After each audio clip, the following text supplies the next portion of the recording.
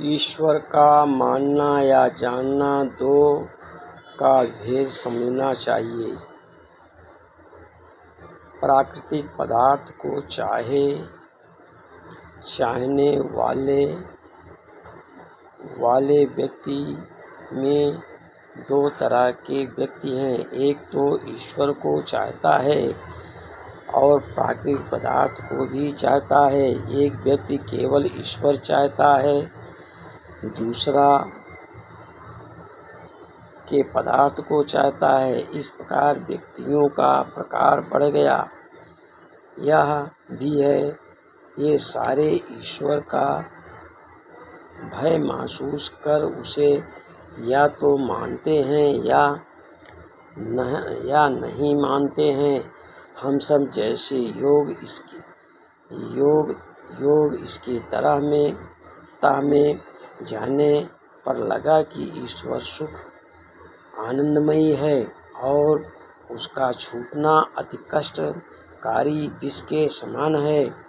सुबह उठ जाना, अविधि पूर्वक उपासना करने में लग जाना, इससे ईश्वर प्रसन्न तो नहीं होता, परंतु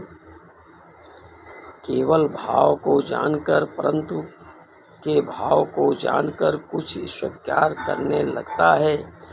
ऐसे प्राणी को वह चाहता है सतो प्रधान रहे, परंतु उसके नवीन व पिछले किए गए कर्म बाधा डालते हैं। ऐसी बाधा को पार किया हुआ व्यक्ति सतो प्रधान हो जाता है। उसमें सत्य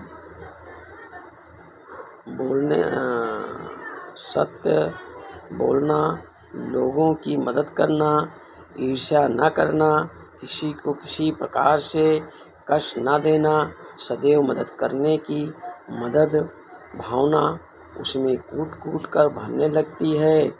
परमात्मा ऐसे प्राणियों को एक तोहफा देता है।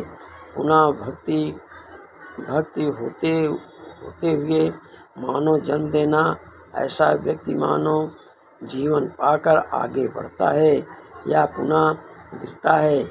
इसके शेष बचे हुए कर्म ही कार्य करते हैं या परमात्मा की असीम कृपा, जिसके कारण वह व्यक्ति भक्ति मार्ग में अपना रास्ता शुरू कर देता है। ऐसे व्यक्ति को मैं पुनः मार्गदर्शन करता हूँ।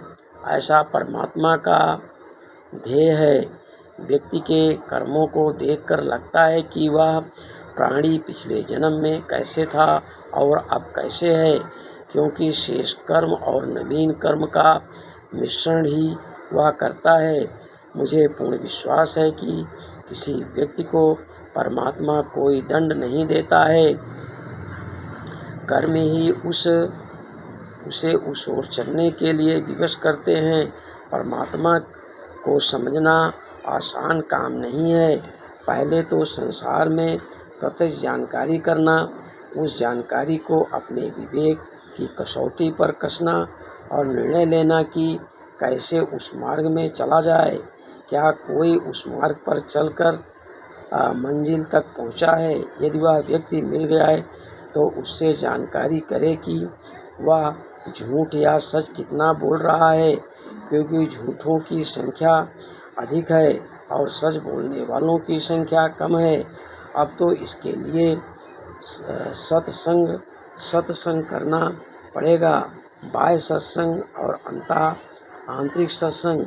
बाह्य सत्संग से प्रेरणा, अनुभव आदि दूसरों का मिलेगा और आंतरिक सत्संग से अपना अनुभव मिलेगा। जब तक अपना अनुभव नहीं मिलने लगता तब तक दूसरों का झूठा सत का अनुभव इंद्रियों द्वारा ग्रहण करते रहते हैं। अपना अनुभव आने लगे तो श्रेष्ठ अनुभवी से मेल मिलाते रहना चाहिए। मेल मिलने की झूठ या सत हो सकता है, क्योंकि झूठे आपके पास ठहरते हैं, सत वाला आपसे नहीं मिलते। वे तो अपने में इतने मिले हुए हैं कि समझ ही नहीं है कि आपको मिल सकें। जब परमात्मा की कृपा होती है तब वह मिल तो जाता है, फिर भी